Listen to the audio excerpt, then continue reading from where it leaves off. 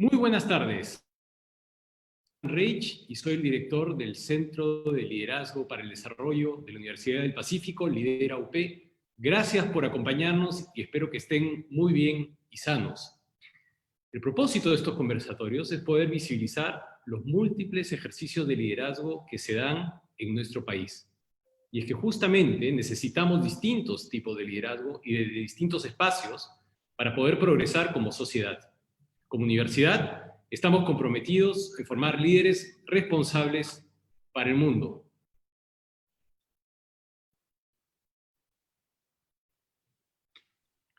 Hoy, y por la coyuntura que vivimos, quisimos tener un conversatorio con periodistas.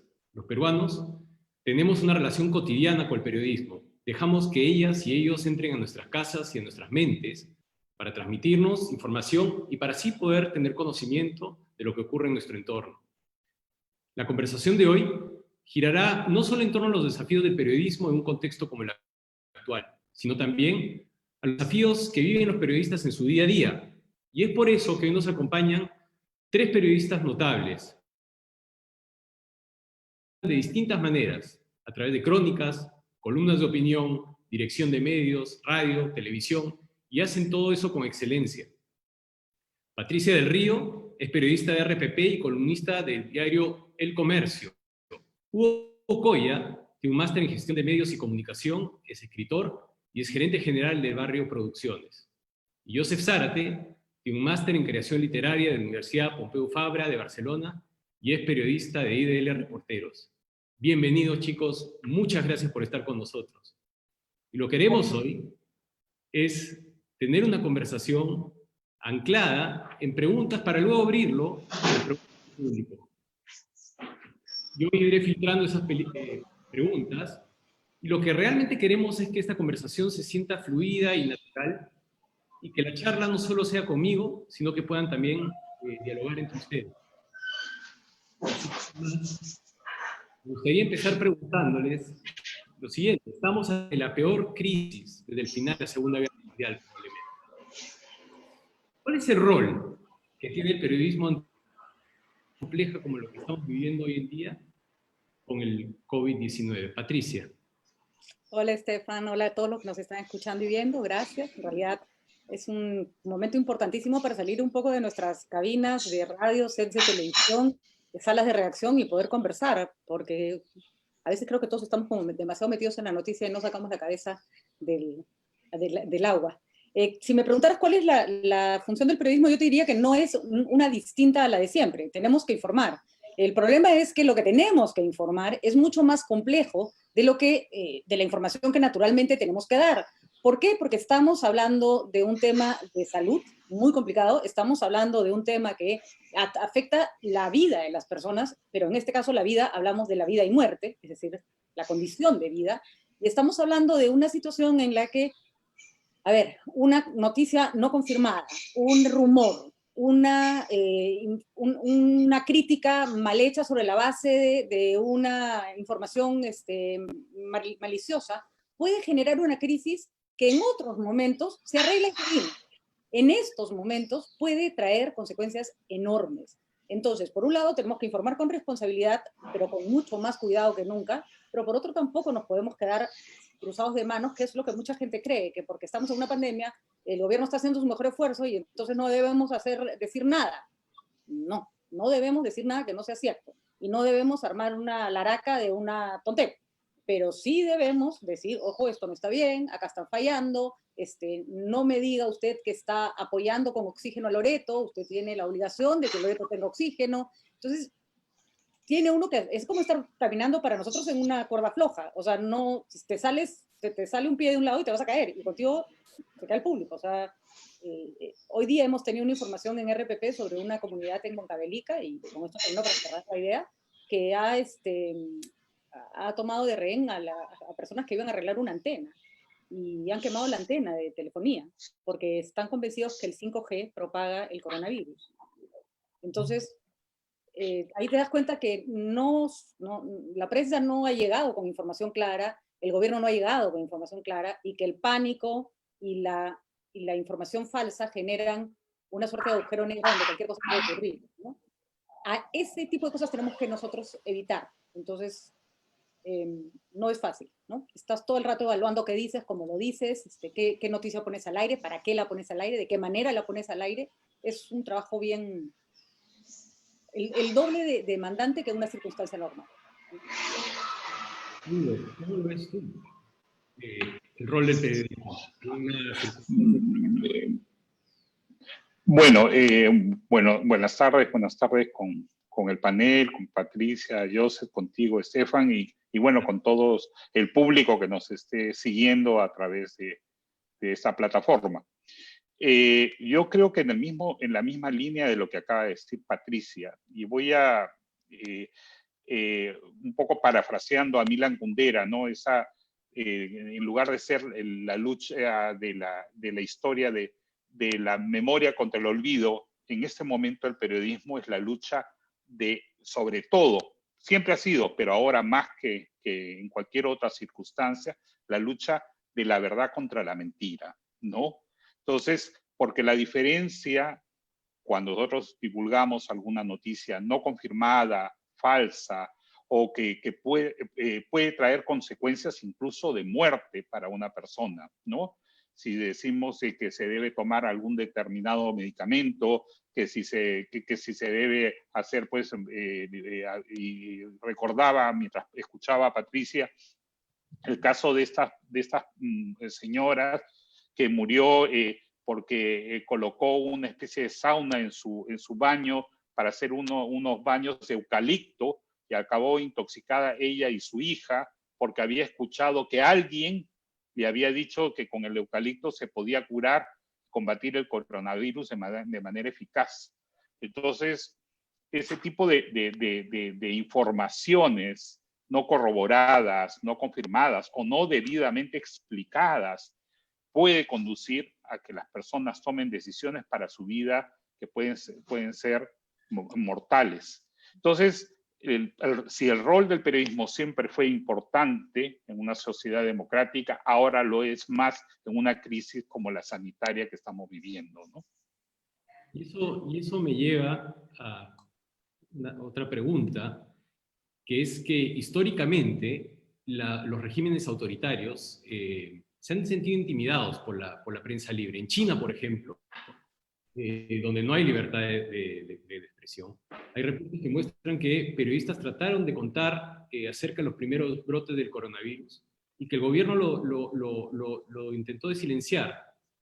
Me gustaría preguntarte, Joseph, ¿de qué manera la prensa libre enriquece la salud de las sociedades?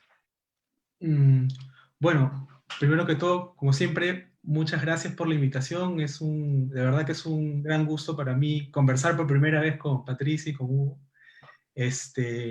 Y bueno, respecto a tu pregunta, puedo, digamos, dar un ejemplo de lo que hemos venido haciendo en el medio de trabajo en IL Reporteros. Nosotros, si bien es cierto, somos una redacción muy chiquita, de 5 o 6 personas, nos hemos dado como la meta de poder, de cada artículo, reportaje que podamos sacar, sea realmente, o que sume un poco, no solamente al debate ciudadano, sino que además también pueda, de alguna manera, dar la información necesaria para que los ciudadanos, de alguna manera, sean dueños de su propio derrotero, de su propio destino, ¿no? Creemos firmemente en eso. Y en función a ese objetivo, nosotros hemos estado trabajando, por ejemplo, en el mes de abril, en un reportaje relacionado a, digamos, el subregistro de fallecidos por COVID-19 en el país, ¿no? Porque nosotros fuimos investigando, sobre todo en diferentes mortuorios de los hospitales de Lima, que pues la cantidad de fallecidos que ingresaban a estos mortuorios no coincidía con las cifras que el gobierno daba casi todos los días, ¿no? Después cotejamos esa información con otros registros de otros cementerios, por ejemplo en Lima, en el Callao, y de crematorios también, ¿no? Entonces fuimos construyendo, digamos, esa base de datos, esa información, y nos dimos cuenta, pues, que la cantidad de fallecidos por esta enfermedad tan cruel era mucho mayor, ¿no? A lo que realmente el gobierno, de alguna manera, estaba comunicando, ¿no? yo no tengo elementos para decir pues, que el gobierno está manipulando la información, ocultando, porque necesitaría mucha más reportaje para poder decir eso, obviamente, pero sí lo que encontramos fue eso, ¿no? Y nuestro deber como periodistas, después de haber cotejado, de haber cruzado la información, de haber luego pedido incluso la respuesta, la explicación de parte del gobierno, que pues no la dio a pesar de haber insistido muchas veces en su respuesta, nosotros publicamos esto, y a partir de esa publicación el gobierno comenzó de alguna manera a ser mucho más abierto con sus datos, a responder algunas preguntas que no contestaba, ¿no? Porque hasta ese momento, hasta que el ministro de Salud salió a dar una conferencia de prensa para responder el reportaje que habíamos sacado, todas las conferencias de prensa eran, digamos, con preguntas, digamos, que se las enviaban para que las contesten sin periodistas delante, ¿no? Era como la primera rueda de prensa con periodistas, digamos, presencial, ¿no? Hicimos eso en un primer nivel porque nosotros creemos que para que nosotros como país podamos salir de esto es importante tener la información, digamos, justa, la información precisa, para saber si las estrategias que estamos implementando como país están funcionando, ¿no? Eso fue un primer nivel. Pero otro segundo nivel fue decir, ok, pero los muertos o los fallecidos, nuestros fallecidos, no son solamente números, o son cifras, o son abstracciones, ¿no? Como decía, no sé, ahora que todo el mundo está releyendo novela de Albert Camus, de La Peste, Camus decía, ¿no? Decía, 100.000 muertos son como humo en la imaginación, ¿no? Y a veces estamos tan adictos a las cifras, a las estadísticas, que a veces olvidamos que detrás de esos números o de ese subregistro hay personas y hay familiares que no han podido despedirse de sus seres queridos, ¿no? Entonces, inmediatamente después de ese reportaje, publicamos una crónica que yo escribí con apoyo investigativo de mis compañeros, donde contamos un poco precisamente este tránsito, ¿no? De las personas que van a recoger los cadáveres a las casas, a los hospitales, y todo el trámite que tienen que hacer las familias para poder recoger las cenizas, para poder enterrarlos eventualmente o ahora, ¿no? Y visitar los hospitales, visitar, digamos, los lugares donde la gente está intentando acceder a una salud de verdad. Y de verdad que yo creo que es importante que, por ejemplo, para nosotros que somos una redacción chiquita, poder tener ese margen de maniobra para poder dar esa información, aun cuando muchas veces tenemos que tomar muchas precauciones de bioseguridad, no solamente física por la salud, sino también emocional, ¿no? Porque, o sea, por ejemplo, esa semana que yo pasé trabajando muy de cerca con estas personas que trabajan recogiendo los fallecidos de las casas, durante una semana, un poco más, y yendo a los hospitales, te sume algún pozo emocional muy, muy denso, ¿no? Y salir de ahí, porque cuando tienes que escribir, luego que has reporteado todo eso, tienes que sentarte a escribirlo y es como si lo vivieras otra vez, ¿no? Y para poder transmitir eso que tú has visto, ¿no? O al menos es lo que intento hacer, lo que intentan hacer mis compañeros, ¿no? Y es muy duro, ¿no? O sea, y de hecho, claro, mientras yo escribía esto y con mis compañeros, yo perdí a 2 familiares, ¿no? Ya, por el virus, ¿no? O sea, es muy, muy complicado para los periodistas que están en Lima y sobre todo los que están en regiones, poder utilizar nuestras herramientas, las pocas que tenemos para poder hacer el periodismo más libre o más independiente posible, ¿no? Entonces creo que el añadido que le da la prensa libre, la prensa independiente a la cobertura de esta pandemia, no solamente es la precisión o la libertad para poder decir lo que hay que decir en el momento justo, sino también para poder interesarse en las historias más humanas, ¿no? Y no olvidarnos que digamos, nuestro mayor aporte también es ese, ¿no? Sí, no sé de lo que podría decir ahora. Y me gustaría escuchar de ti, Hugo, ¿no? Respecto a este tema, respecto a la necesidad de tener una prensa libre como un elemento fundamental para la salud de los países, de las sociedades. tú has dirigido medios. Me gustaría escuchar tu mirada al respecto. Bueno, definitivamente cualquier democracia que se jacte de ser real, no puede serlo si no tiene una prensa totalmente independiente. Y esa es la primera obligación de los poderes, ¿no? De preservarla.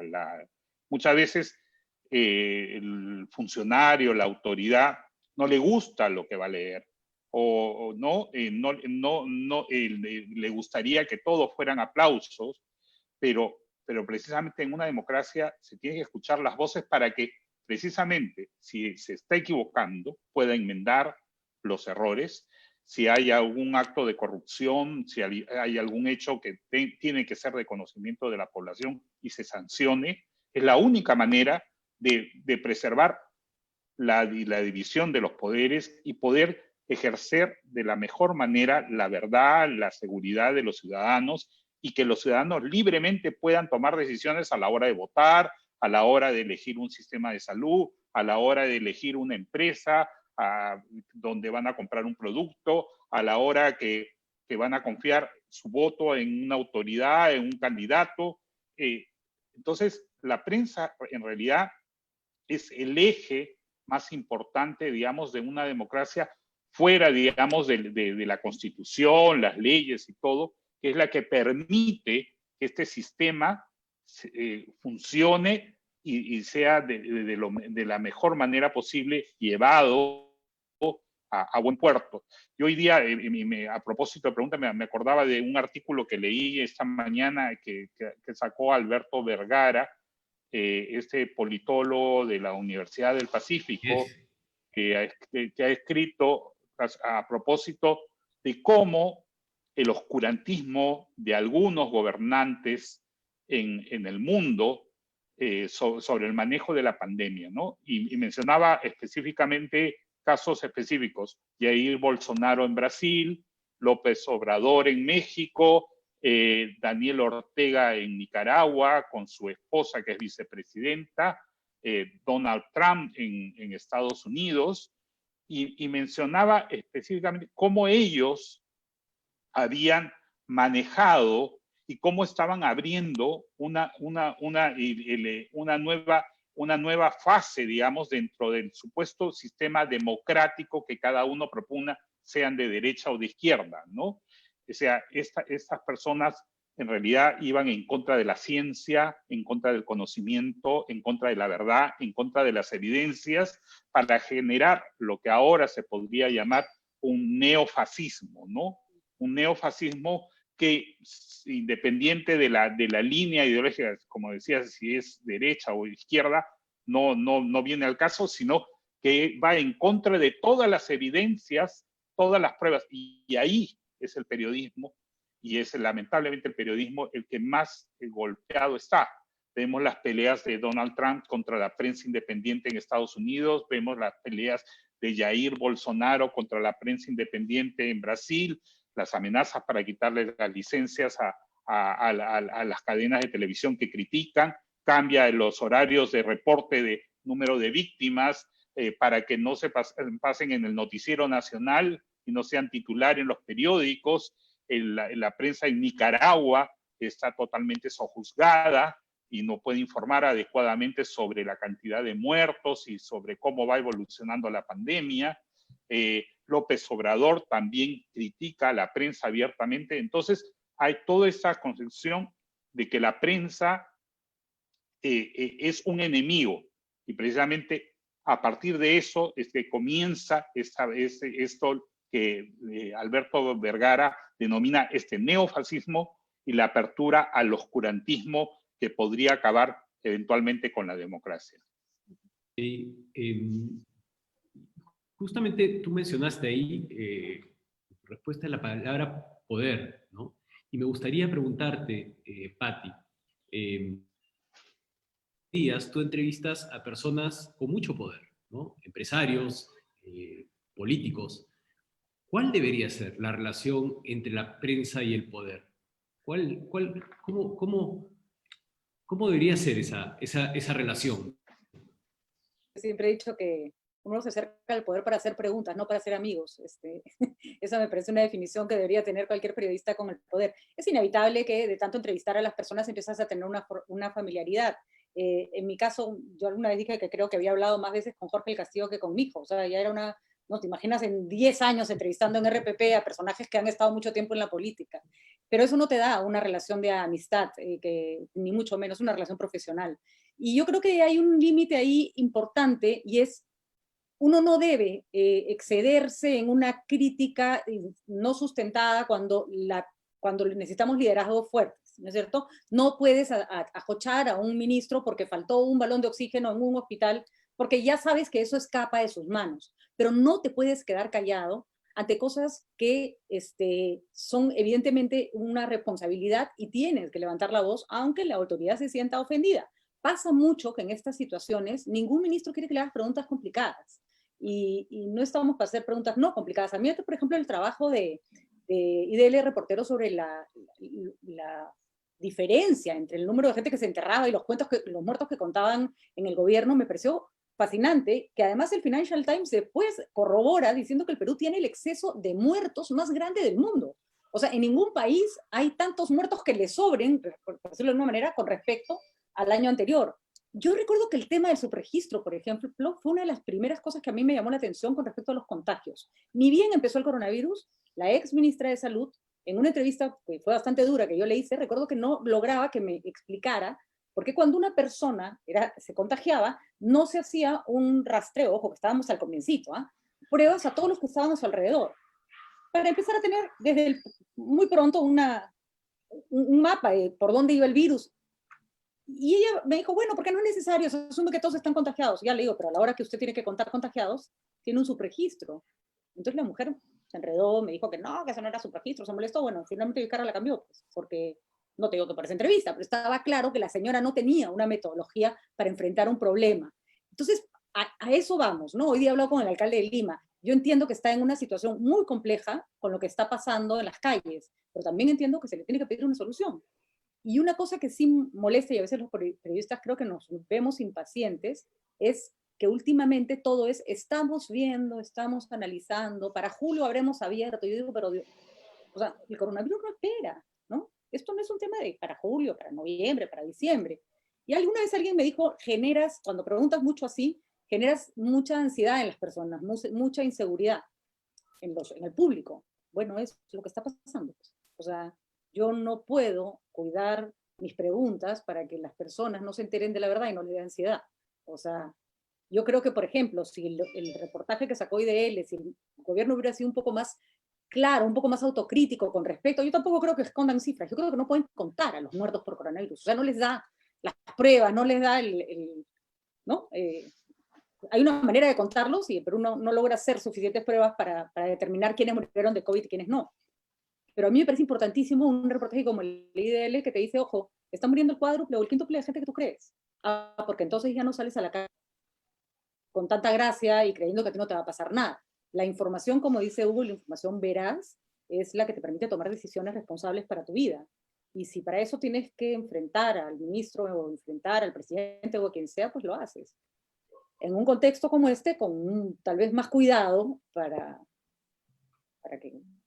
además, porque después se chupan y no quieren decir nada y de pronto desaparecen y no quieren salir a la prensa. O sea, no es fácil, ¿no? Es un equilibrio difícil de mantener. Y hay gente que se molesta cuando le haces preguntas, pero no, hay que hacerlas, ¿no?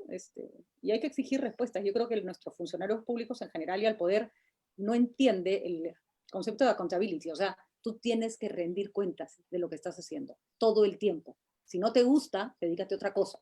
No seas ministro, no seas presidente, no seas congresista. Tienes que rendirle cuentas a la población porque tú estás, la vida de la población, de la gente en estos momentos, está en tus manos, ¿no? Y creo que eso los periodistas lo tenemos que tener clarísimo, ¿no? Yo me puedo haber equivocado mucho, no sé qué, pero a mí nunca me da miedo hacer una pregunta. Nunca. O sea, hay gente que te da miedo, pero hay gente a la que le da miedo, pues no sé, piensa de pronto se va a molestar, no me va a querer dar nunca más una entrevista, mi jefe me va a regañar. Yo creo que si tú tienes claro que eso que vas a preguntar es importante, va de frente, aunque se trate del Papa, ¿no? Y en contextos como este, más, ¿no? Yo te quiero hacer una pregunta ahora que lo mencionas. ¿Intimida hacerle preguntas difíciles al poder? A veces, pero normalmente no, te da como una adrenalina, a mí me da como una adrenalina especial, ¿no? Es hasta un reto, pero claro, a veces has terminado de hacer una pregunta y te tiemblan hasta las orejas, pues, ¿no? Porque sabes que si no hiciste la pregunta correcta o la planteaste mal, y hay gente que sabes que además te va a contestar mal, ¿no? Entonces, es todo un ejercicio. Hay veces hasta que sé que voy a entrevistar a una persona que sé desde el día anterior y te tienes que preparar mentalmente para esa entrevista con un personaje complicado, igual te sale mal, o sea, igual el personaje te grita, todo se sale de curso, ¿no? No es fácil, ¿no? No es fácil para el tipo de preguntas que solemos hacer algunos periodistas, ¿no? Hay otros periodistas que tienen otro estilo, yo no lo critico, que es, digamos, no sé, más formal, de pronto menos directo a la yugular, van por el mismo tema, pero van como dando una vuelta. No es el estilo mío, no es el estilo de otros periodistas, ¿no? No sé, hay gente que le gusta, hay gente que no, pero creo que el principio es básico. Tienes ahí a la persona, tienes una pregunta que hacer, dale, ¿no? Y Joseph, yo también quería preguntarte un poco en línea con eso, ¿no? Tú has hecho unas crónicas tremendas, ¿no? Respecto a la madera, al oro, ¿no es cierto? Y muchas veces son investigaciones con gente que, digamos, que tiene mucho poder y que puede estar muy en desacuerdo con lo que investigas. ¿Cómo ha sido eso para ti? Investigar a gente que está en negocios bastante turbios, ¿no? ¿Cómo ha sido eso para ti? Eh, Bueno, yo creo que en el caso de las historias que tú mencionas y que, digamos, están en un libro que publiqué en el 2018, que se llama Guerras del Interior, donde están estas tres historias que sobre todo tratan sobre conflictos sociales que ocurren en la selva y en los Andes, ¿no? Causados por conflictos sociales producto de la extracción de recursos naturales, ¿no? Entonces, muchas veces los actores dentro de esos conflictos, pues además de las comunidades indígenas, sea de los Andes o de la Amazonía, están pues las mafias, ¿no? Por ejemplo, mafias de la madera, mafias de la minería ilegal, y por otro lado también está el papel que cumplen las autoridades del gobierno, y por otro lado están las empresas, ¿no? Entonces, para yo hacer esos textos, yo me he tomado varios meses, ¿no? 5 o 6 meses para hacer esos textos. Y yo creo que esa licencia que yo tenía, porque en ese momento yo trabajaba en Etiqueta Negra, que es una revista sobre todo de periodismo narrativo, me permitía poder tener, digamos, la paciencia de buscar a las fuentes y a los protagonistas de cada uno de esos actores, ¿no? Y poder entrevistarlos no una vez, sino muchas veces, ¿no? Pero creo que, por ejemplo, tu pregunta va mucho más allá respecto al viaje, ¿no? Cuando uno va a viajar hacia esas zonas y cómo enfrenta eso, pues yo creo que he tenido suerte, ¿no? Que no me ha pasado, digamos, algo que estaba en una situación como de letal, donde mi vida se ha estado en riesgo, como sí ha pasado cuando otros colegas han querido investigar lo mismo, colegas de la misma zona, ¿no? Aunque ha sido muy difícil, por ejemplo, cuando me tocó escribir una crónica sobre lo que estaba pasando entre este enfrentamiento entre la minera Yanacocha y la campesina Máxima Acuña, por ejemplo, que yo, dentro de todas las versiones que giraban en torno al conflicto que estaba pasando entre la minera y su familia, como todo periodista, como todo reportero, uno necesita verificar la información, ¿no? Saber si esas narrativas alrededor de la imagen de esta mujer o de la minera eran ciertas. Entonces, yo en vez de agarrar el teléfono y entrevistarla por ahí, me fui a vivir 2 semanas con ella en su casa, ¿no? O sea, me fui a Cajamarca y dormí prácticamente en un colchón al lado del que ella tenía, ¿no? Y yo pude ver cómo, digamos, había como cierto visitas inesperadas de las vigilancias de esa minera, ¿no? No una, sino 4 o 5 veces al día, ¿no? O sea, a mí nadie me ha contado eso, yo lo he visto, ¿no? Entonces, creo que, o por ejemplo, para poder llegar hasta su casa, ¿no? Un montón de impedimentos para poder acceder, ¿no? Un periodista, sí, digamos, debería tener de alguna manera cierta luz verde, de alguna manera, ¿no? Debo hacer los permisos necesarios para poder acceder a la información, ¿no? Cosa que no pasaba. Y bueno, entonces, ese tipo de riesgos, ¿no? Que es lo que uno corre cuando intenta acceder a lugares donde no te dejan, ¿no? Me parece que si se trata de contar de una manera precisa, de una manera honesta, de una manera responsable lo que está pasando sobre un conflicto, una realidad, es importante tomar ciertos riesgos, ¿no? Entonces, como te digo, creo que yo he tenido suerte en comparación a otros colegas, pero creo que ese factor es parte ya del trabajo, ¿no? Parte de los riesgos, o por ejemplo, eso que les contaba al principio, ¿no? De ir a cubrir a los hospitales o ir a cubrir lo que está pasando, por ejemplo, en los asentamientos humanos con la crisis alimentaria, ¿no? Uno tiene miedo también del contagio, de contagiar a tus familiares, pero creo que mientras lo hagas con responsabilidad, cuidándote de ti mismo, ¿no? Y con mucho respeto, creo que hay que hacer el trabajo nomás, no hay de otra nomás, ¿no?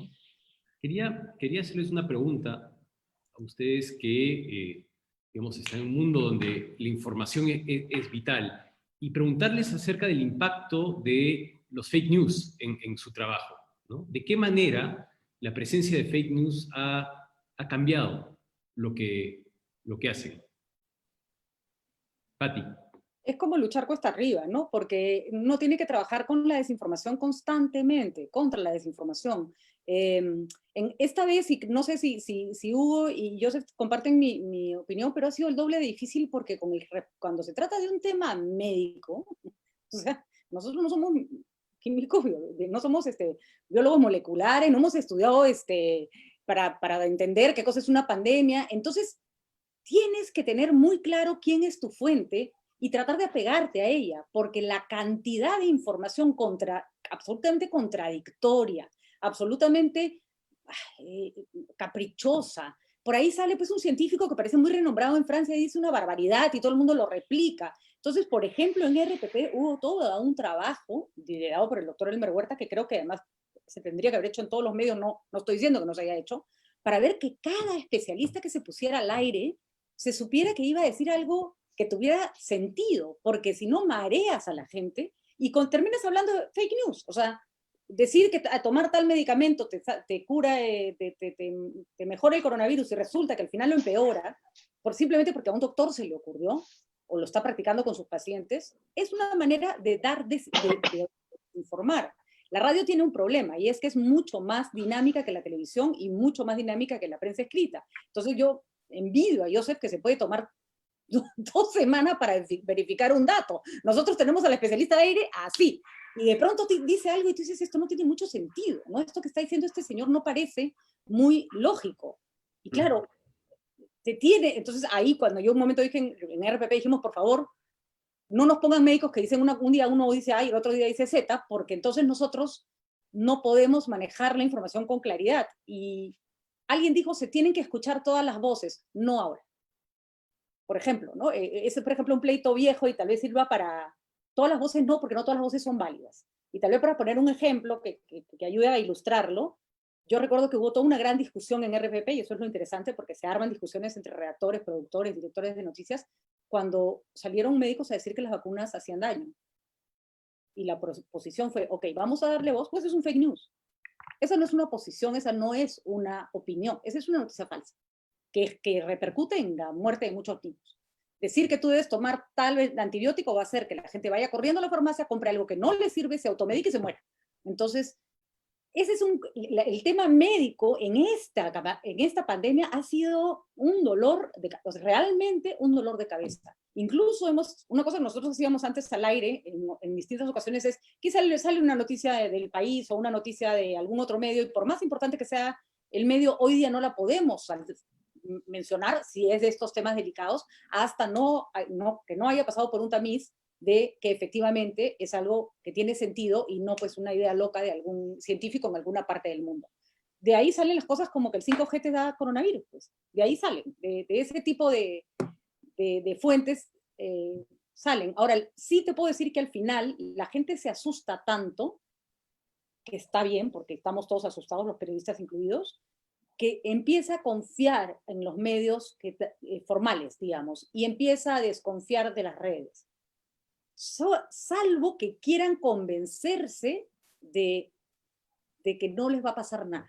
Yo creo que la gente recurre al fake news en estos contextos y recurre a la información falsa y al curandero y al charlatán del pueblo porque le está diciendo lo que quieren oír, que no se van a morir, que pueden salir de su casa, que no, la cuarentena no sirve para nada. Entonces, claro, te prendes de eso para tener una justificación para salir y sentirte seguro. Si escuchas al doctor Huerta o escuchas a cualquier otro doctor que te dice si haces todo eso te mueres, prefieres silenciarlo para poder seguir con tu vida. Ese poder seguir con tu vida a veces quiere decir poder seguir alimentando a tus hijos, no los estoy criticando, ¿no?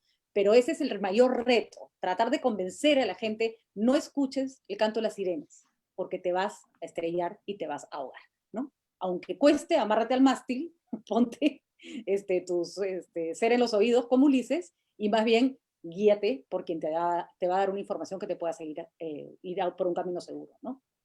¿Cómo ha sido para ti, Hugo, tener que lidiar con la presencia de los fake news, que es una presencia tremenda en nuestros...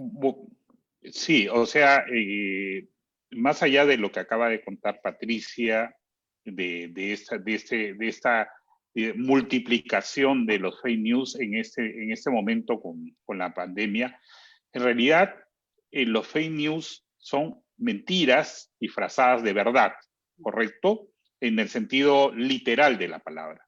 Entonces, apelan muchas veces a nuestros propios prejuicios que tenemos sobre las cosas. Primero es la credibilidad de los medios. O sea, si yo no le creo a los periodistas o a los medios tradicionales, confío en que aquello que yo recibo por WhatsApp o leo en Facebook o lo veo en Twitter o lo que sea, o Instagram, en fin, es verdad y lo aplico porque coincide con mis prejuicios, con mi forma de ver el mundo.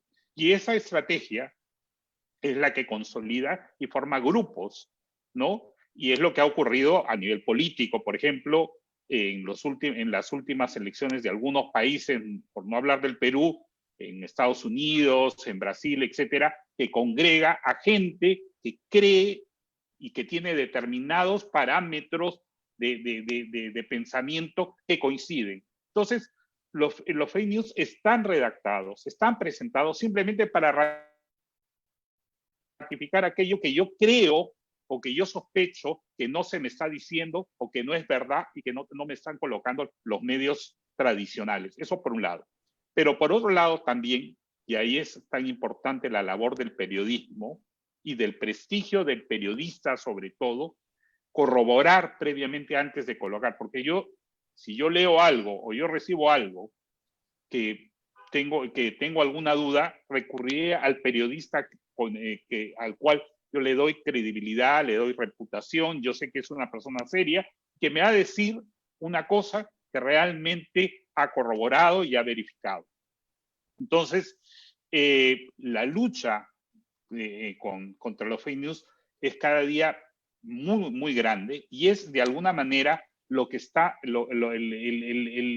es diaria, es constante. O sea, todos los días yo recibo, como supongo ustedes, centenares de audios, videos por WhatsApp de la señora que asegura que tal receta, que tal vacuna, que en realidad la vacuna ya existe, que esta es una conspiración de que el coronavirus salió de un laboratorio chino, que esto es una guerra bacteriológica, que en realidad al final el coronavirus no existe, que todo es no, ahí Miguel Bosé, este cantante, acaba de decir que en realidad es una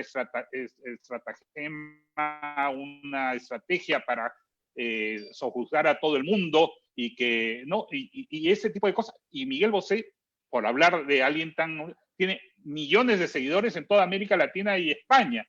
Entonces, si este señor puede decir libremente eso y la gente puede compartirlo y creer que este señor puede tener algún tipo de autoridad científica para afirmar una barbaridad como esa, cuando tenemos las evidencias concretas de que hay gente muriendo, gente que está agonizando en los hospitales, etcétera, etcétera.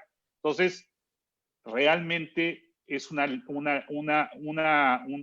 hecho importante. El periodista si siempre ha sido importante, más importante es ahora, en este momento, su labor, porque es el que separa el trigo, ¿no? La paja de aquella cosa que puede destruir a las personas, que puede destruir una sociedad, que puede provocar una muerte, ¿no?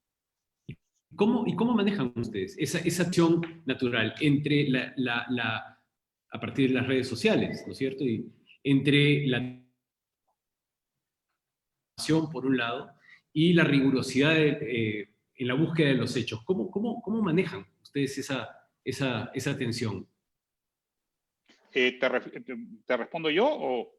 Sí, o ¿Sí? claro, ¿tú cómo lo Ya, manejas? bueno, la primera cosa es, si yo recibo una información, la primera regla es desconfiar.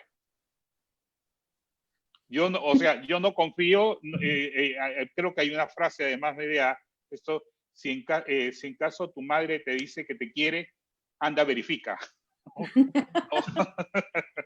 Entonces, realmente tienes que verificar, tienes que corroborar, no solo quedarte con una primera versión que puede sonar muy lógica, muy bien presentada, muy bien argumentada, todo, pero que de repente esconde algunas capas, algunas medias verdades o algún error de percepción. De repente la persona te está diciendo algo de buena fe, porque realmente lo cree, porque piensa que es verdad, pero de repente esta persona está equivocada y tienes una responsabilidad social, aunque suene a cliché, una responsabilidad social frente al público. A la hora que tú estás dando como válido algo, es tu voz, es tu cara, es el medio para el cual trabajas y por lo tanto tienes una gran responsabilidad a la hora que tú pones al aire o lo escribes si no lo has verificado.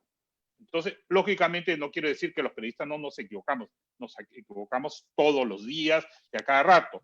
Lo terrible es cuando los periodistas nos equivocamos y no reconocemos que nos hemos equivocado, porque ahí sí, esa persistencia sobre el error es lamentable porque nos hace perder un poco más de nuestro propio prestigio, reputación, ¿no? A mí, Estefan, me gustaría preguntarle a Joseph, porque ahí hay un hecho sumamente importante, y es llegar a la voz del protagonista. En la radio, por ejemplo, siempre nos pasa que tenemos una versión oficial de la autoridad que te está contando lo que pasa en su región, y cuando llamas al hospital o te empiezas a escuchar las voces de los protagonistas de eso, o sea, es el agua y el aceite, el día y la noche, ¿no es cierto? Claro, te dicen, teníamos 400 galones de oxígeno, así de repente están en un almacén, ¿no? Nadie los ha tomado el trabajo de repartirlos. Entonces, a mí me gustaría que Joseph nos cuente esa experiencia que nos acaba de narrar, la importancia que a veces, porque yo lo digo porque muchos chicos de hoy creen que se puede hacer periodismo por internet. Y está bien, las herramientas ayudan, pero uno tiene que ir a mirar, escuchar. Y esa es tal vez una de las maneras más sinceras de tratar de buscar la verdad, que el que le pasó, que al que le pasó te lo cuente, ¿no? Y claro, o sea, yo creo que en esencia, un periodista en su ADN tiene el ADN del reportero, ¿no?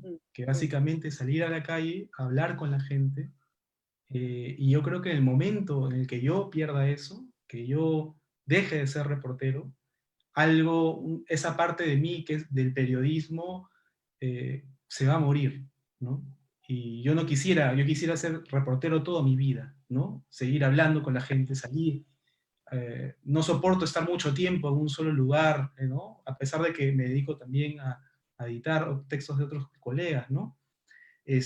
Pero para mí es fundamental, es parte de la esencia de un periodista, creo, ¿no? Entonces, si bien es cierto, obviamente buscas la versión o los datos o la información de las autoridades o del empresario o del experto, nuestra materia prima fundamental me parece que es, digamos, la materia más humana de la gente, ¿no? Sus voces, sus testimonios, sus recuerdos, lo que sienten, lo que piensan, ¿no? Creo que ahí está el ADN del reportero, ¿no? Entonces, yo creo que, no sé, que es como un impulso, ¿no? Por ejemplo, relacionando un poco lo que mencionas, Patricia, con lo que dice Hugo, claro, por ejemplo, no sé, el gobierno dice el bono universal, ¿no? Que estamos llegando, no sé cuánto, pero de pronto vas a una olla común en un asentamiento humano en Coyique, ¿no? Donde las madres se han organizado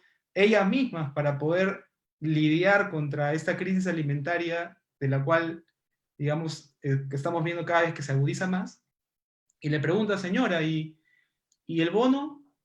¿Bono? ¿Cuál bono? Me dice, ¿no? O sea, o una que te dice, sí, yo recibí el bono una vez y la segunda vez ya no pude porque no me dieron un código. Y ellas no es que estén esperando sentadas la ayuda del alcalde, que por cierto, el alcalde pues reparte las canastas donde más votantes tiene, ¿no? Cuando hablas con la gente. El alcalde obviamente te va a decir, sí, yo he llegado hasta la última punta del cerro, pero cuando vas a fact-chequear, a verificar eso, te das cuenta que no es así. Entonces creo que, si bien es cierto ahora los reporteros tomamos riesgos de salir a la calle, obviamente protegiéndose. En IDL Reporteros tenemos un protocolo muy, muy estricto de bioseguridad, ¿no? De desinfectarse antes de llegar a la casa, o sea, muy, muy, muy severo. Está bien eso, pero hay que salir y de alguna manera también, no salir también por gusto, ¿no? A hacer la nota de siempre, sino a profundizar, a poder recabar información que realmente aporte al debate público, y relacionar lo que mencionaba hace un rato, ¿no? Y no solamente pienso en el periodismo como la búsqueda de la verdad, ¿no? Sino también pensar el periodismo como un estado de pregunta permanente, ¿no? De cuestionar aquellas cosas que quienes tienen el poder de alguna manera nos hacen ver que son de una sola única manera, que solamente hay una verdad de las cosas o una versión de las cosas. Creo que ahí el periodista es como alguien que pone una bomba de tiempo, ¿no? Para hacer explotar ese concepto, digamos, monolítico, ¿no? Entonces, yo creo que en medida de que uno salga a la calle y hablar con la gente y exponerse a esa realidad, vamos a poder hacer esas dos cosas, ¿no? Buscar la verdad y por otro lado, estar siempre preguntándonos y cuestionándonos lo que vemos, ¿no? Ahora, es durísimo, ¿ah? Y ahí también me gustaría que Hugo, disculpa, Estefan, pero que me ha dado como, me ha agarrado como una parte que me ha estado haciendo pensar mucho esta semana. Yo esta semana, y esto es una confesión medio íntima, porque yo nunca lloro al aire, me parece que es algo que los periodistas no podemos hacer, lo que no quiere decir que no se te parta el alma, ¿no? Y a ratos tenemos que, en RPP entran llamadas, yo he entrevistado a doctores asfixiándose, o sea que ya no les salía un hilo de voz y necesitaban ser trasladados a Lima. En la madrugada escuchas a mujeres que llaman, que tienen el hijo enfermo, el padre enfermo, que no recibieron bono, y ya te entra como ansiedad. Entonces, hay momentos en que salimos, bueno, aprovecho los cortes para salir de cabina y se me salen las lágrimas, ¿no? Mi maquilladora me odia, porque después tiene que arreglar los ojos otra vez. Pero le quería preguntar a Hugo, Hugo, tú tienes una trayectoria noticiosa más larga que la mía, mucho más larga que la de Joseph, no porque seas mucho mayor que yo, sino porque yo llegué al periodismo más tarde. Emocionalmente esto es lo más fuerte. ¿Cómo has manejado tú tus emociones habiendo estado en situaciones bastante críticas? Casi te estoy haciendo una pregunta de psicólogo, pero es que como dice Joseph, esta etapa ha sido bien dura, está siendo bien dura, ¿no? En realidad, mire, escuchándolos a los dos, o sea, es inevitable, somos seres humanos, ¿no? No somos máquinas. Es evidente que nosotros como seres humanos también sentimos, nos compadecemos, ¿no? Es inevitable. Tú estás ante una señora que te llama y te dice, mi hijo se está muriendo, y no, sería pues inhumana, imposible no conmoverse, no sentir empatía con esa persona, no querer ayudarla a hacer algo desde tu puesto de trabajo para resolver ese problema, porque esa señora está confiando en ti porque no tiene otro camino, porque de repente una autoridad, un funcionario, un médico no la escuchó, porque una enfermera le cerró la puerta en un hospital, no la atendió, ¿no? Entonces, pero sí es necesario tratar en lo posible, y ahí es el gran debate, digamos, y el gran dilema que todos los periodistas enfrentamos diariamente cuando estamos cubriendo una noticia tan terrible como una pandemia o situaciones de riesgo. ¿Qué cosa es mi percepción? ¿Qué cosas son mis sentimientos? ¿Y qué cosa es lo que yo debo comunicar al público. Porque ahí tenemos que tratar de separar, y eso es muy difícil, pero tratar de separar. He estado en situaciones complicadas. Yo recordaba mucho, por ejemplo, lo de la toma de los rehenes de la residencia japonesa, y yo me encontraba exactamente a 2 cuadras en el momento en que la MRTA ingresó a la residencia. O sea, yo fui de los primeros periodistas que llegó en el momento en que comenzó la toma, ¿no? Porque estaba casualmente cenando en la casa de una amiga, comenzaron las explosiones, los disparos, y fui corriendo a ver qué cosa es lo que pasaba en medio del tiroteo, de la balacera, ¿no? Y me encontré con un policía que me dijo una cosa que me dijo: tírese al piso porque están matando a todo el mundo, ¿no? Entonces, ¿no? Entonces, Muere. ¿no?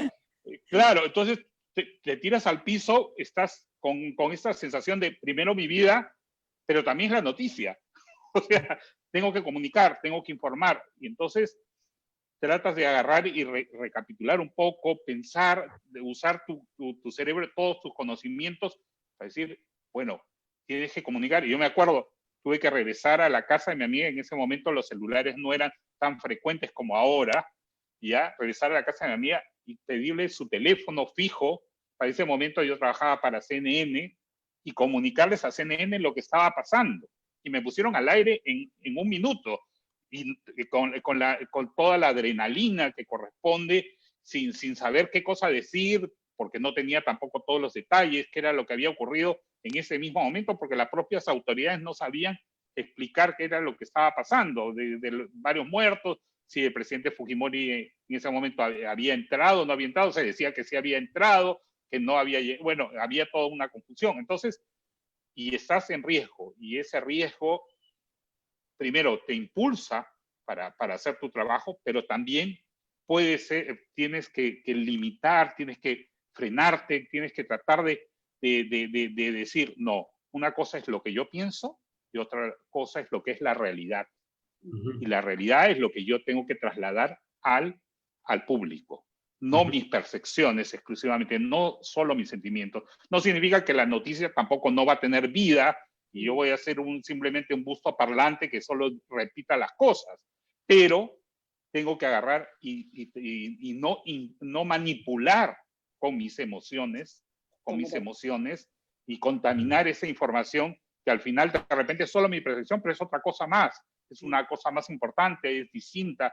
Entonces, ahí tengo que respirar profundo, y es esa lucha que yo creo frecuente, constante, que tenemos todos los periodistas cada vez que enfrentamos una situación de riesgo o difícil, ¿no? Donde nuestros sentimientos están en juego con la noticia, ¿no? O están en confrontación con la noticia. Joseph y Hugo, me gustaría tomar algo que inició Patricia, y es otorgarles a ustedes la posibilidad de hacerle una pregunta a un miembro del panel, lo que quieran. ¿Ah? Bueno, yo quiero hacer una pregunta a los dos, y es la misma pregunta porque quiero aprovechar esa oportunidad de poder hablar con ellos. Bueno, gente que tiene mucha experiencia en cada uno en su medio, y me interesaba, me preguntaba ahora, que puede ser una pregunta más bien como existencial, ¿no? ¿En qué momento ustedes sintieron que querían dedicarse a esto y por qué? O sea, ¿en qué momento sintieron ustedes que querían hacer esto llamado periodismo, ¿no? Y por qué? Me gustaría que sean lo más honestos posibles, ¿no? O sea, en esa respuesta, ¿no? ¿En qué momento dijeron, oye, pudieron dedicar a cualquier otra cosa teniendo los talentos que tengo? ¿Por qué dedicarme a esto, no? Uf, yo tengo una historia un poco rara, pero yo siempre he dicho, yo llegué al periodismo tarde. Yo entré al periodismo a los casi 29 años, terminando una maestría en lingüística pura. Mi tesis se llamaba La caída de algo así como del salto glotal y la extensión de la vocal precedente en el quechua ayahuanca. O sea, ese era el título de mi tesis. A eso me dedicaba yo, ¿no? Yo todo el día estaba metida en unos libros estudiando unas cosas que probablemente hoy me pasa que si leo lo que tenía avanzado en mi tesis, no lo entiendo. Por razones X, que tienen que ver en algún caso de hoy lo que se hubiera llamado discriminación de género, no conseguí un puesto que quería conseguir en la universidad. Y me frustré. Me frustré porque me iba bastante bien en general en mi carrera académica. Yo ya tenía una larga carrera académica. Y mi hermana es periodista, es una gran periodista, por cierto, y se fue a vivir a la selva y necesitaba un reemplazo. Y no conseguí. Y habían entrevistado a un montón de gente y me dijo, ¿puedes cubrirme en la revista? Y yo le digo, pero yo no soy periodista. Me dijo, sí, pero tú sabes escribir. Efectivamente, yo era profesora de redacción. Que te den unas ciertas pautas y por lo menos cúbreme hasta que consigan a alguien, porque no quieren que se quede hueco. Y yo estaba de vacaciones en la universidad. En esa época, la universidad tenía las vacaciones universitarias son muy largas, ¿no? Entonces no tenía clases, no tenía que dictar clases. Ya estaba terminando mi maestría y enseñaba mucho en muchas universidades distintas. Y desde que llegué me mandaron pues a hacer, yo siempre he contado, me mandaron a hacer un cherry. Yo ni cuenta me di. A hacer te lo cuento rapidito, en el restaurante el Señores y Pan habían hecho una cosa que se llamaba las comidas del Señores y Pan, una especie de festival. Me mandaron a hacer eso, una nota de eso y creo que era para darle un espacio así y yo traje un texto de 3.000 palabras, creo. Entonces, yo había entrevistado qué comía el señor de Zipán, qué tipo de comida había, o sea, me había obsesionado con cómo se comía en la época del señor de Zipán, y claro, me enteré de un montón de cosas que no sabía, y había entrevistado a Walter Alba, y me había ido al museo Larco para ver cómo eran los huarcos y cómo estaba representada la comida, y claro, cuando llegué me miraron y me dijeron, ¿qué es esto? Pero resultó que les gustó, el texto estaba bien, funcionaba, era un buen trabajo. Y de ahí me quedé. Y durante muchos años trabajé con un pie en cada profesión. Yo digo que ahora soy una lingüista de corazón y una periodista de profesión.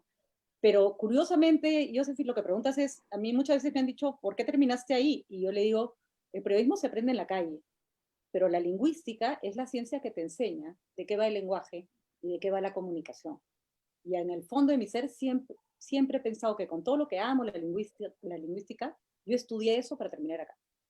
O sea, la lingüística me mantenía metida en un gabinete, si quieres, estudiando cosas raras. La teoría lingüística de Chomsky es una cosa absolutamente, me parece física molecular, física, así, cuántica. Y el día que me enfrenté a la calle, que me paré en la calle, el día que fui a hacer un reportaje, el día que fui a cubrir, el día que me cayó una bomba lacrimógena, el día que corrí para que no me cayera un palo de un policía, yo dije, yo necesito estar acá, ¿no? Y creo que toda mi vida me he preparado para estar acá. Y no lo dudé, ¿eh? Y dejé una carrera académica larga, exitosa, para empezar a mis casi 30 años de cero, hacer la comisión del señor Zipán, de la depilación brasileña, del perro peruano sin pelo, eso fue lo que me tocó primero, ¿no? Y no me arrepiento, ¿no? Pero yo sí creo que cuando te encuentras con esta profesión, si estás hecho para ella, ya después no puedes escapar nunca más, ¿no? Independientemente de lo que hayas estudiado, ¿no? Sí. Sí, estaba escuchando un poco y estaba tratando de acordarme en qué momento tomé la decisión de ser periodista. Y yo creo, siempre me gustó desde el colegio escribir. Y postulé a la Universidad de Ciencias de la Comunicación, pero no tenía muy claro si sería periodista, si haría director de audiovisuales en ese momento.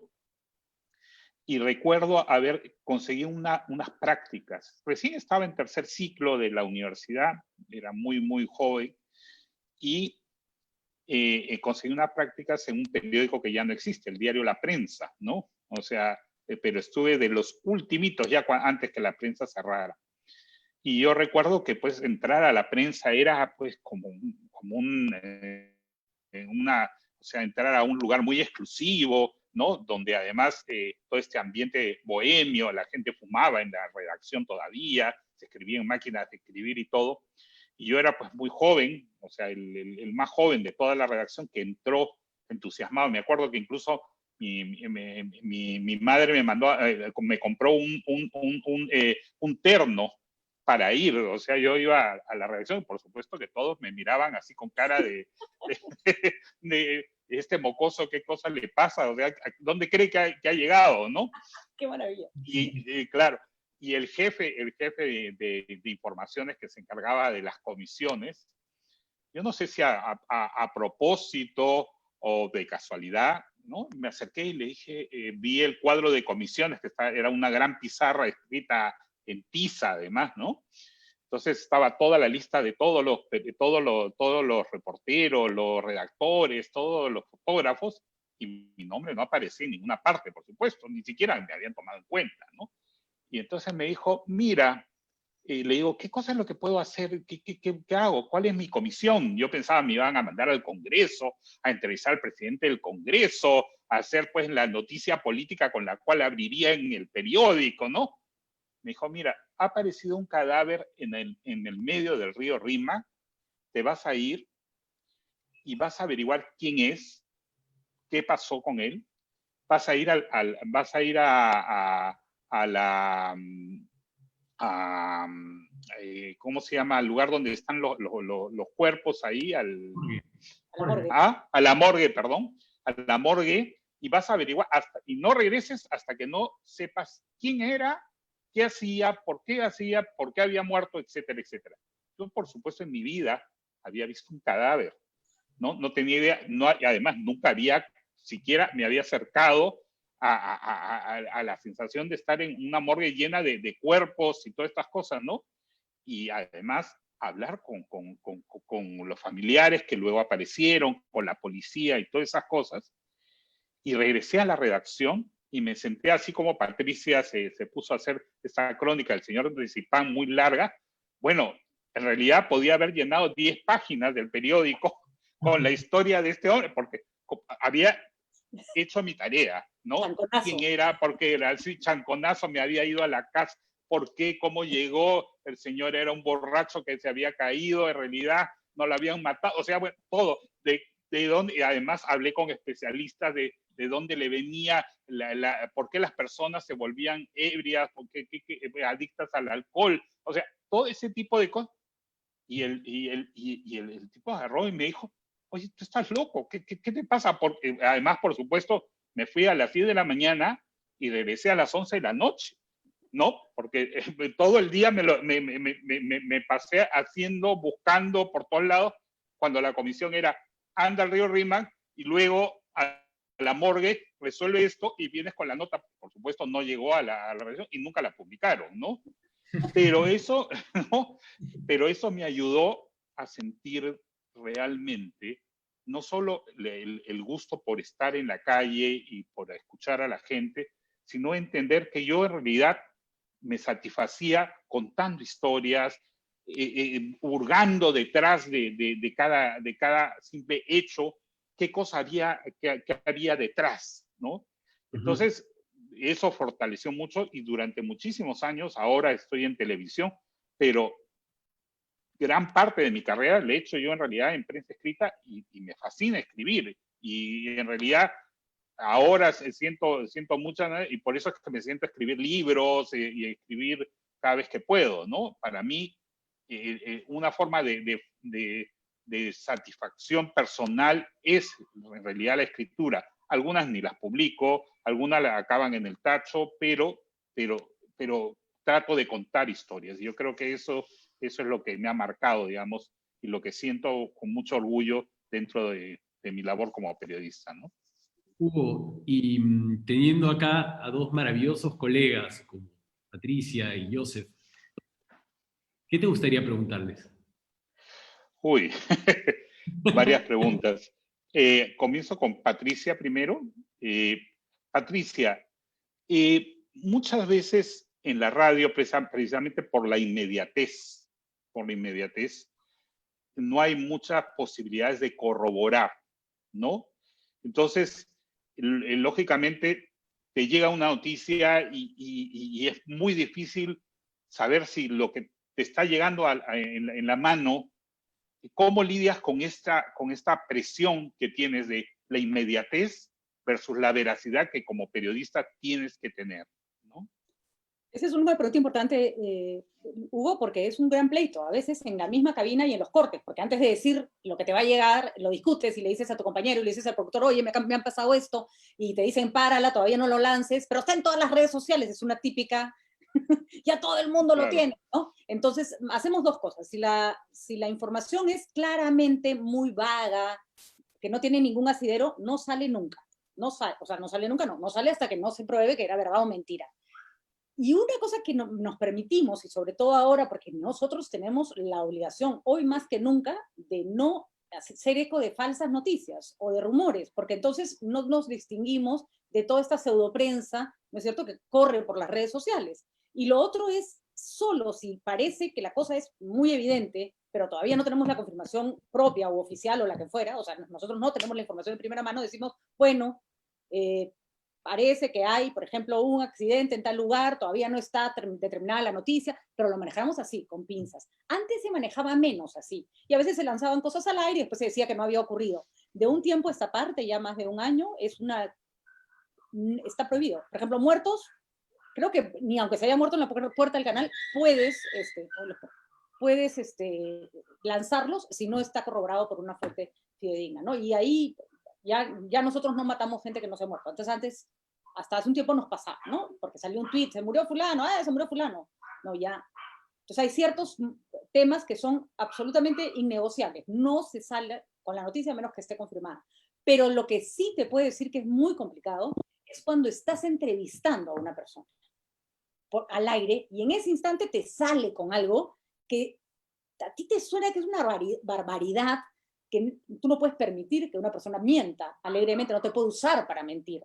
Y entonces es bien difícil ahí, porque normalmente a lo mismo puedes hacer preguntas como para tratar de corroborar que esa información que te está lanzando, suele ser un político, tenga cierto asidero. Pero a veces no te llega la confirmación o los datos de que eso que dijo esa persona no tiene ningún asidero hasta el día siguiente. Entonces al día siguiente te ves obligado a poner la otra voz que sale a negar lo que dijo el día anterior. Pero ahí sí tenemos una limitación grande, ¿no? Cuando hay algún congresista o algún político o algún gobernador regional que sale con una cosa así que te la sacó el sombrero, tú ni siquiera sabías del tema y no puedes, ¿no? No lo puedes coger, no puedes decir, oiga, ¿estás seguro, no? ¿De dónde salió esa información? ¿Cuáles son los datos? Esas preguntas sí hacemos, ¿no? ¿Cuál es el asidero? ¿Cuáles son sus fuentes? ¿Cómo le creo? Pero yo mataría por volver a prensa escrita a veces. Incluso la tele tiene un tiempo menos inmediato que la radio, ¿no? La radio te obliga a estar así, ¿no? Muy atento y muy estresante a veces también, ¿no? Bueno, y Joseph, y en tu caso trabajas para IDL Reporteros. IDL Reporteros es una alternativa, digamos, una prensa distinta de la prensa diaria, digamos, y cómo manejan el tema de las presiones y la independencia del medio, ya que no dependen necesariamente de la publicidad o de los parámetros comerciales de la prensa tradicional. ¿Cómo tratan de separar y supervivir, digamos, en esta coyuntura? ¿Presiones? ¿A qué tipo de presiones te refieres? Presiones empresariales, políticas, sociales, etcétera, etcétera, ¿no? Cuando los va a visitar la fiscalía, Joseph. Claro. Bueno, me has quitado, en realidad mi pregunta iba por ese lado, ¿no? Bueno, cuando llegó esa visita todavía yo no llegaba a trabajar en IDL, pero meses después llegué a trabajar con Gustavo y con Romina.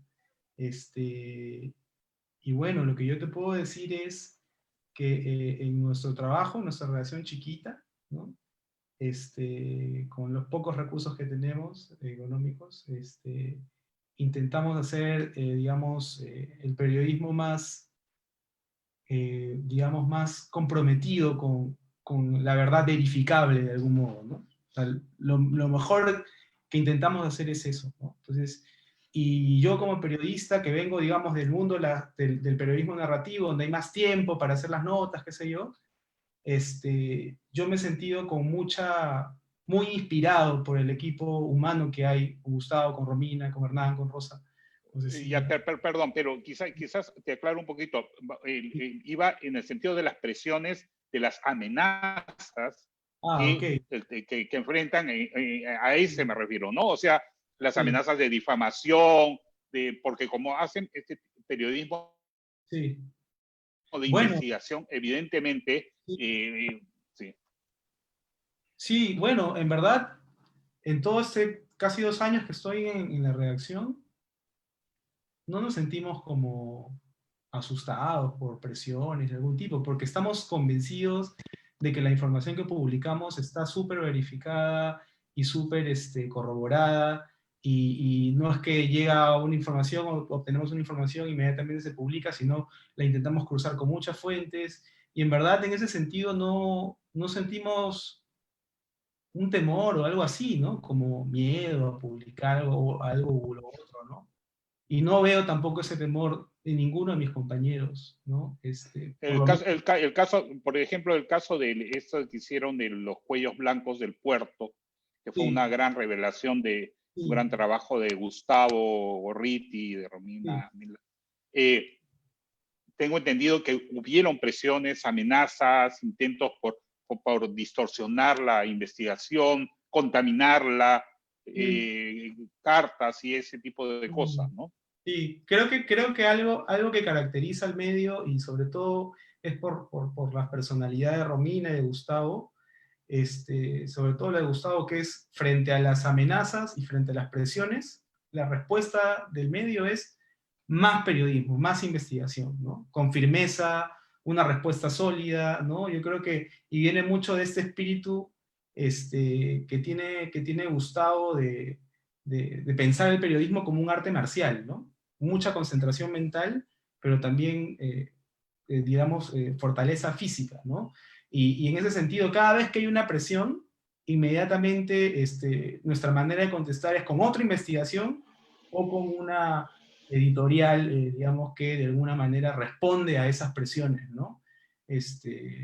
Yo creo que es de conocimiento público, porque hay videos de eso, cómo los periodistas y los reporteros respondieron frente a la presión que ejerció la fiscalía cuando de una manera imprevista y sin ningún tipo de permiso, papel, qué sé yo, para intervenir las oficinas, Gustavo y Romina respondieron de una manera muy firme, ¿no? Sin amedrentarse, ¿no? Y la prensa estuvo ahí atendiendo también ese momento, ¿no? Y al final tuvieron que irse nomás, tuvieron que irse, ¿no? Entonces yo creo que la mejor manera de enfrentar las presiones es haciendo más periodismo, ¿no? Nada más. Parece una respuesta simple, pero es esa nomás. Es lo que al menos yo he podido ver, ¿no? Y creo que tiene que ver mucho con la mística de trabajo que hay en ese grupo tan pequeño, pero es que es tan compacto al mismo tiempo, ¿no? Mira, mi diario de reporteros tiene ya 10 años, ¿no? Entonces, es el primer medio independiente de periodismo en digital, ¿no? En web. Entonces, periodismo de investigación, ¿no? Ahora hay otros medios también que están haciendo un gran trabajo de periodismo de investigación, que ya tienen algunos años. Ojo Público es un ejemplo de ellos. El medio que también está haciendo la cobertura de Salud con Lupa, Convoca, ¿no? Que son medios independientes que también en un momento han recibido presiones o juicios, etcétera, y han respondido de la misma manera, ¿no? Con más periodismo, con una súper verificado, súper potente. Yo creo que esa es la manera, no encuentro otra, no se me ocurriría otra, ¿no? Es importantísimo lo que dice Joseph, pero además es importantísimo el respaldo del medio hacia el periodista. Hoy hay muchas maneras de amenaza. A mí me han amenazado de todas. Desde, ya no quiero ni recordar, pero desde llamadas por teléfono o mandar gente a mi casa. Las redes sociales son una fuente muy fuerte de acoso, y el acoso es una manera como para que hay gente que se rinde, o sea, que ya no puede más, y y tú sientes que no es, pues, por supuesto que es la reacción del público cuando metes la pata y, bueno, a pechuga nomás y sigue para adelante, pero tú te das cuenta cuando lo que hay detrás es una campaña, ¿no? El apoyo del medio es fundamental. Si el medio deja solo a sus periodistas en un tema de acoso, de un tema de intentar callarlo o de un abuso de poder, el periodista pierde, ¿no? Yo he sido, lo que Sí. ahí me puede también me puede seguir en esto. Yo, gracias a Dios, he trabajado en medios que siempre me han apoyado, y no siempre pasa, pero es un lujo poder trabajar con un equipo que te apoya y que te respalda, ¿no? Sí, mira, el apoyo, por ejemplo, que mencionaba Patricia, al menos para ser más concreto, ¿no? Además de responder haciendo más periodismo y más preciso y más fuerte, también, por ejemplo, en el trabajo recibimos entrenamiento de defensa personal, por ejemplo, ¿no? Porque sabemos las presiones muchas veces que hay sobre la vida de uno, ¿no?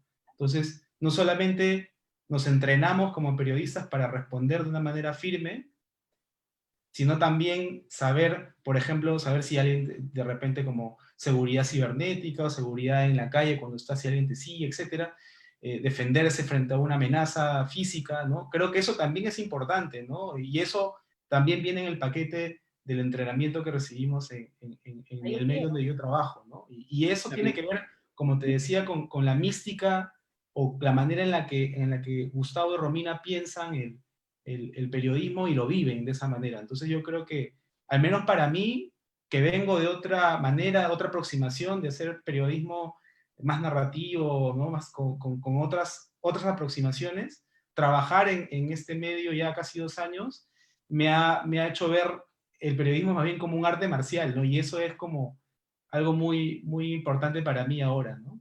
Y lamentablemente el tiempo nos ha ganado. Yo estoy seguro que ustedes como periodistas saben perfectamente lo que se siente estar acá y ser parte de una conversación maravillosa y tener que cerrarla. Pero desde ya quiero decirles que me he sentido maravillado con esta tan sincera, donde nos han permitido ver todas las complejidades de este oficio tan difícil, ¿no? que tienen ustedes, ¿no? Y que involucra tanto, emocionalmente, intelectualmente. Así que desde ya quiero agradecerles profundamente por haber estado acá, por haber venido a esta plataforma de la Universidad del Pacífico. Ha sido un gusto inmenso, Patricia, Hugo y Joseph, escucharlos, y ojalá que podamos seguir esta conversación en alguna otra oportunidad. Muchas gracias. Encantados, la verdad que ha sido maravilloso. Yo solo quería decirte una cosa chiquitita, y es que una de las características de los periodistas que no somos distintos del resto del mundo es que sí es una carrera que solo la puedes seguir bien si te apasiona, pero seguro que nos están escuchando un montón de universitarios que se van a dedicar a otras cosas, que les apasione lo que hagan. Es la única forma, aunque el trabajo sea duro, que te apasione. Para mí esa ha sido una lección de vida, ¿no? Poner tu vida en lo que haces, ¿no? Muchas gracias. Hasta muy pronto. Gracias. Gracias. Chao, chao, chicos. Chao.